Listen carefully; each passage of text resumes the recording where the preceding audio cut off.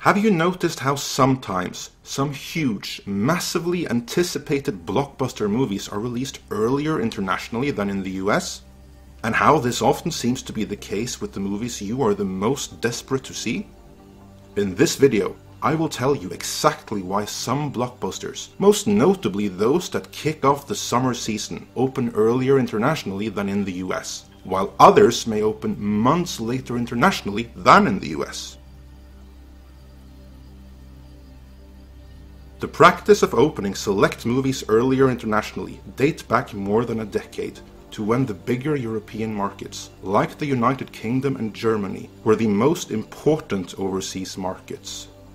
The viewing seasons in these and many other important overseas markets, however, differ from those in the US. In the US, the primary movie-going season is in the summer, and the blockbuster season begins the first weekend of May. In Europe, that is coincidentally when the movie-going season ends. Due to differences in culture and climate, audiences in the big northern European markets prefer going to the cinema in the winter when it's cold outside.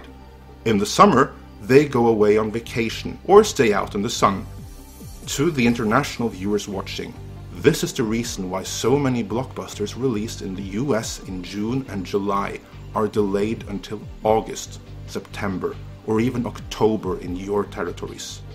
The local distributors want to maximize their earnings, and if they think significantly more of you will show up when summer is over and you're all back at work and back in schools, they'll delay the local release of the movie in question until then.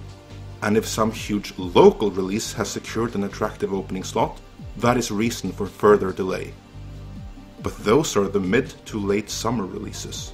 The movies that are released internationally first tend to be the ones that kick off the summer season, namely those that open in the US the first weekend of May. There is a reason for this.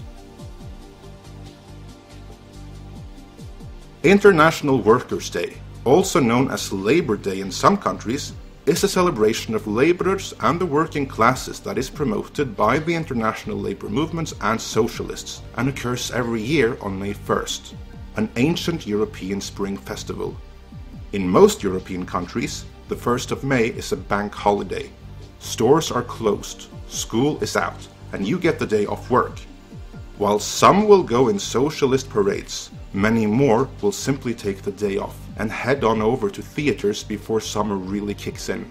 In other words, business is way up on May 1st in European theaters. But in the US, summer season kicks off the first weekend of May, which most years will correspond with May 3rd, May 4th, or May 5th. Releasing the movie on this weekend in Europe, instead of a few days earlier to capitalize on Labor Day, as well as other holidays in late April in some territories, would cost them millions. That's the reason why movies released the first weekend of May started being pushed up 1 week internationally. This strategy continued because not only did it maximize earnings internationally, there is circumstantial evidence it might even boost the US box office.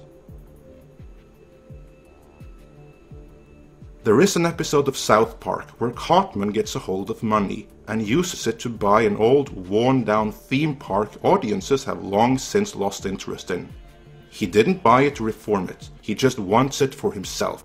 To get that message across, he even filmed some TV spots where he showed off the park, let everyone know how cool it was, before ending with the message, "It's all mine, you can't come."